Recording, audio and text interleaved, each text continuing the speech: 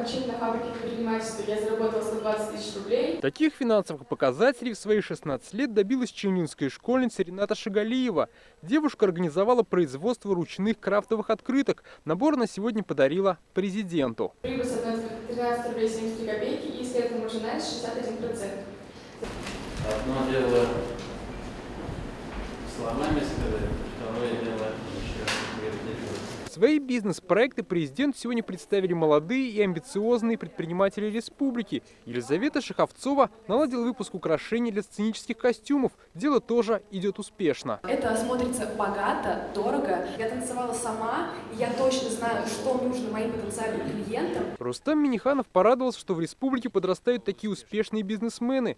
Сейчас в Татарстане в этой сфере заняты более 20 тысяч человек. Более 100 тысяч человек зарегистрировались самозанятыми. Малый и средний бизнес составляет четверть экономики республики. Всю жизнь самозанятым не будешь.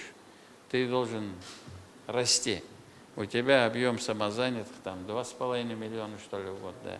Поэтому это тоже шаг, который тебе даст возможность проверить себя. Готов ты к этому или не готов. Рустам Минниханов напомнил, что в прошлом году предприниматели столкнулись с рядом трудностей в связи с пандемией.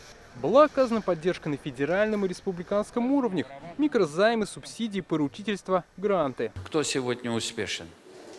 Не те, кто успешно работает, а те, кто упал, ну там, и потом смог подняться. Вот эти люди, они сильные управленцы. Я правильно говорю, нет? Совершенно верно. Малый и средний бизнес – это будущий средний класс, люди, которые способны не только себя обеспечить, дать работу другим, и в будущем это будет опора для любого государства. На встрече также представили примеры запуска бизнеса для людей с ограниченными возможностями здоровья. Рустам Минниханов напомнил, на следующий год Казань проводит специальную зимнюю олимпиаду. Ее главный посыл – все люди имеют равное право быть достойными членами общества.